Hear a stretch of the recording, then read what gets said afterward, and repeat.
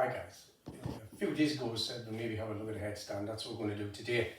If you've never tried a headstand before, you need good psoas strength, so maybe advise you to go to the psoas floor on the YouTube channel. Have a look at that first, make sure you're happy with that before you come into the headstand.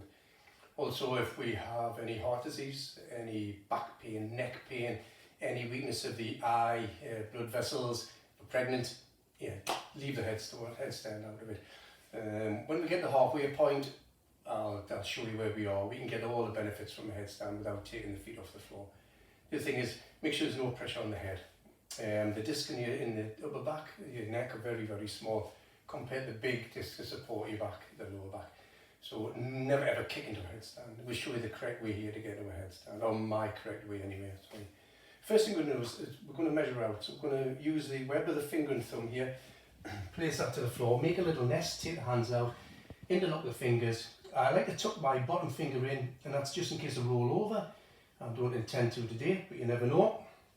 And I like to just put a little bit of pressure here, roll the skin away, and it opens up the hands a little bit. Now, at this point here, I'm going to engage the shoulders. Now, see, a lot of people try to get into a headstand from here, and if we place the head here, you can see the shoulders are not engaged at all. So we need to engage the shoulders throughout. So the only way to get in is to walk the hips forward. So first thing we're going to see if we've got the flexibility to get a headstand, and if we haven't got the flexibility, then we go back, we work on the flexibility, maybe using a strap on the hamstrings, and we'll show you that at a later date, to gain some flexibility into the hamstrings.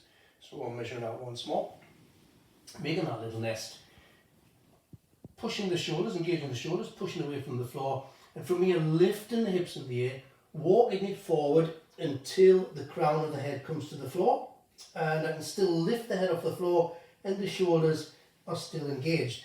Now at that point here, we're getting all the benefits of a headstand.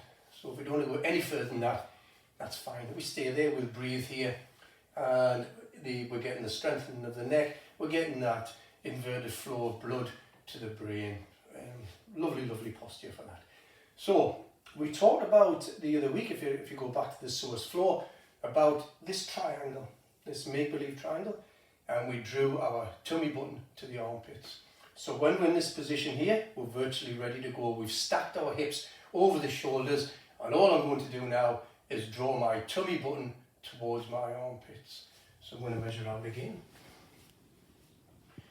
There's rolling the skin away, engaging the shoulders, walking the head forward, bringing the hips over the shoulders as far as I can and ready to come off. And from here, pulling the tummy button to the armpits and then extending it away and coming into the headstand.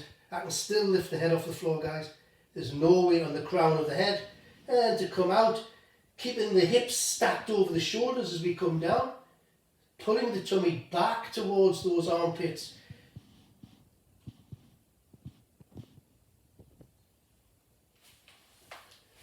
We lower back down to the floor.